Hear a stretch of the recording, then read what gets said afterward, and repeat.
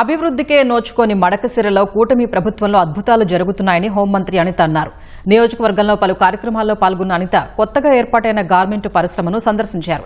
YCP ప్రభుత్వంలో ఆగిపోయిన garment పరిశ్రమ నిర్మాణాన్ని ఎమ్మెల్యే ఎంఎస్ రాజు చొరవతో పూర్తి చేయించి 1500 మందికి ఉపాధి కల్పించామన్నారు. మడకశిరలో 8000 కోట్లతో సౌర విద్యుతుత్పత్తి పార్కుతో పాటు అనేక పరిశ్రమలు రానున్నాయని, వాటి ద్వారా వేలాది మందికి ఉపాధి లభిస్తుందని చెప్పారు.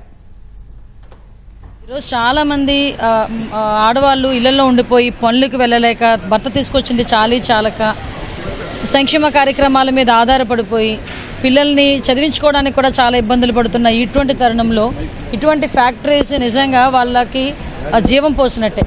ఎందుకంటే ఈరోజు చాలా మంది మహిళలు కష్టపడడానికి రెడీగా ఉన్నారు.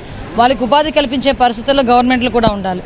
దానిలో నేపథ్యంలోనే లాస్ట్ 5 సంవత్సరాలు ఈ ఇండియన్ డిజైన్ గార్మెంట్స్ వాళ్ళు కూడా ఇబ్బంది పడినా మళ్ళీ మన ఎన్డీఏ కూటమి వచ్చిన తర్వాత వీళ్ళు మళ్ళీ స్టార్ట్ చేసి సుమారుగా ఇక్కడ 1200 మంది నుంచి 1500 మంది వరకు ఇప్పుడు ట్రైనింగ్ ఇవ్వడమే కాదు, వాళ్ళు రెగ్యులర్ వర్కర్స్ కూడా జరుగుతుంది. అట్ ద సేమ్ టైం వాళ్ళ సిఎస్ఆర్ నుంచి కూడా ఇక్కడ పనిచేస్తున్న వాళ్ళ పిల్లలకి కూడా ఎటువంటి ఇబ్బందులు లేకుండా చూసుకునే బాధ్యత కూడా తీసుకుంటున్నారు. ఇలాంటి గార్మెంట్ కంపెనీస్ కూడా చాలా మట్టుకు మన దగ్గర రావాలని మాత్రం నేను మనస్ఫూర్తిగా కోరుకుంటున్నానండి. ఎందుకంటే ఈరోజు ఏదో అంటారు కదా, మన ఇంతకు ముందు అంటే ఇల్లాలి చదువు ఇంటికి వెలుగు అనేవారు.